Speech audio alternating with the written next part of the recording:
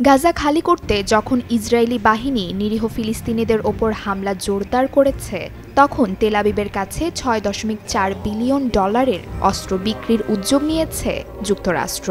Wall Street জার্নালের এক প্রতিবেদনে জানা যায়, শিগগিরই এ বিষয়ে কংগ্রেসের কাছে অনুমোদন চাইবে ট্রাম্প প্রশাসন।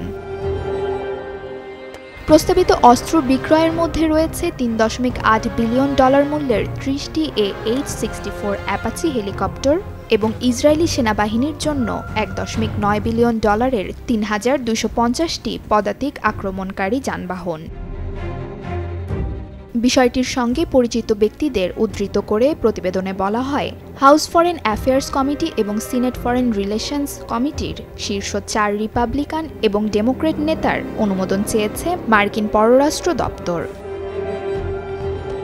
গত এক সপ্তাহের ইসরায়েলি হামলায় প্রায় 1000 ফিলিস্তিনি নিহত হয়েছে, আর গাজা সিটি ছেড়ে গেছে কয়েক লাখ মানুষ।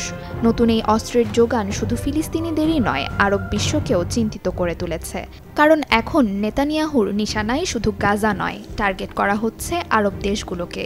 তবে আরব দেশগুলোও বসে নেই, নিজেদের সামরিক সক্ষমতা ও নিরাপত্তা জোরদারে তৎপর হয়ে উঠেছে।